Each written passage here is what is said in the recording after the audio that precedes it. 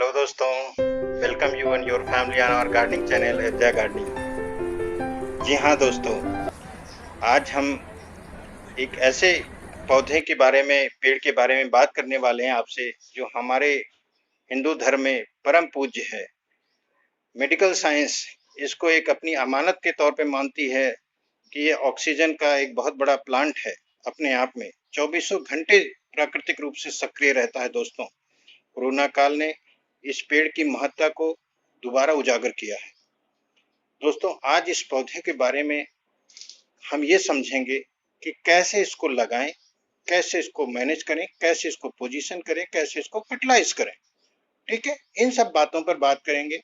इससे पहले मैं उस वीडियो की तरफ आपका ध्यान दिलाना चाहूंगा जिसमें मैंने चर्चा की है उस मिथ के बारे में कि हमें इसको लगाना चाहिए या नहीं लगाना चाहिए। बहुत विस्तृत और तार्किकपूर्ण ढंग से मैंने अपनी बात को रखा है। तो उम्मीद है दोस्तों वो वीडियो भी जरूर देखेंगे। इसके साथ ही आइए दोस्तों चलते हैं, तैयारी करते हैं इस समझने में इसको कि कैसे हम लगाएं। पहली बात दोस्तों, लगाने के लिए मेरी सलाह है कि इसको जमीन में घर के आसपास ना लगाएं। इसकी जड़ें आपके घर को नींव तक जा सकती हैं, दीवालों तक जा सकती हैं और घर को नुकसान पहुंच सकता है कुछ वर्षों में, लॉन्ग टर्म में।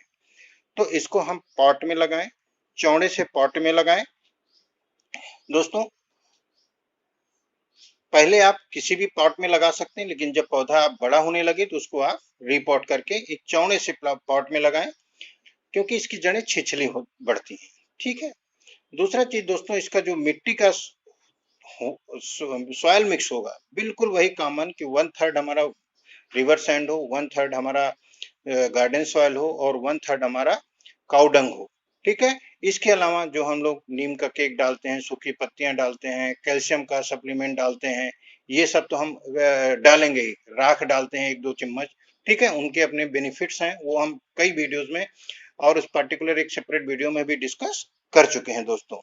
तो ये जब हम मिट्टी तैयार कर लेंगे और अपने पौधों को नर्सरी से लाके प्लांट कर लेंगे दोस्तों, इसके पहले कि आपको बताऊं कि नर्सरी से तो हम ला ही सकते हैं, इसका प्रोपगेशन भी बहुत इजी है। इसकी टहनी को हम काट करके, थोड़ा सा चौड़ी टहनी होनी चाहिए, काट करके यहाँ से छील करके जैसा हम बनाते हैं, इसको अगर हम सिर्फ मिट्टी और बालू के मिक्सचर में लगाएं, उसमें फर्टिलाइजर नहीं होना चाहिए। क्यों नहीं होना चाहिए, मैं और वीडियोज में बात कर चुका हूँ। तो क्या होगा, ये 2 से 3 हफ्ते में इसमें जड़ें आ जाएंगी। लेकिन अगर हमें नर्सरी से लाए हैं तो अच्छी बात है, कोई दिक्कत नहीं। इसको जो मैंने सॉयल मिक्स बताया उसमें आप इसको पॉट करिए, अच्छे से वाटर करिए। ये दोस्तों, ये हाई वाटरिंग डिमांड प्लांट है, हाई सनलाइट डिमांड प्लांट है। ये बहुत हॉट नेचर को पसंद करता है। और ये पीपल का पेड़ दोस्तों ह्यूमिडिटी को भी काफी लाइक करता है। तो हमें ये ध्यान रखना है कि ह्यूमिडिटी और हॉट टेम्परेचर इसको लगातार मेंटेन रहे दोस्तों, इसको मिलता रहे। इसकी पत्तियां भी कितनी सुंदर होती हैं देखने में दोस्तों, आकार इनका कुछ अलग ही है। तो ये दोस्तों मिट्टी का हो गया। टेम्परेचर के बारे में मैंने बताया कि इसको जरूर उस जगह पर पोजीशन करें जहां पर अच्छी से अच्छी लाइट आती हो दोस्तों। और सर्दी के महीने में जब टेम्परेचर 8-10 डिग्री के नीचे जाता है, अमूमन माना जाता है 5 डिग्री के नीचे जब चला जाता है तो पाला पड़ने लगता है। ये पौधा 8-10 डिग्री के नीचे इसकी जड़ें खराब होना शुरू हो जाती हैं, जड़ें अकड़ने लगती हैं, फिर फाइनली वो इनटेक उनका बंद हो जाता है, वो सड़ने लगती हैं, खराब होने लगती हैं। तो इस पर हम प्लास्टिक का कवर कर दें। क्यों? इसलिए कि अगर हम रोजाना जगह तो बदल नहीं सकते हैं, इसका पॉट भी थोड़ा सा हेवी होता है, कम से कम 12 इंच के ऊपर ही होना चाहिए, 18-20 जो भी हो बहुत अच्छा है।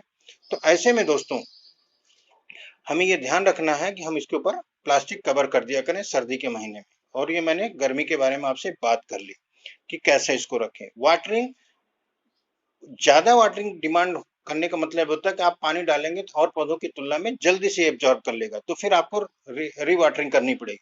तो हमें ये ध्यान रखना है कि लेकिन हम वाटरिंग तभी करें जब हम देख लें कि 1-2 इंच की उसकी मिट्टी सूख गई है। दोस्तों, ये ऐसा पौधा है जिसको फर्टिलाइजर बहुत कम चाहिए होता है, बहुत कम चाहिए होता है। अगर मिट्टी में लगा है, जमीन में लगा है तो बिल्कुल ना के बराबर चाहिए होता है।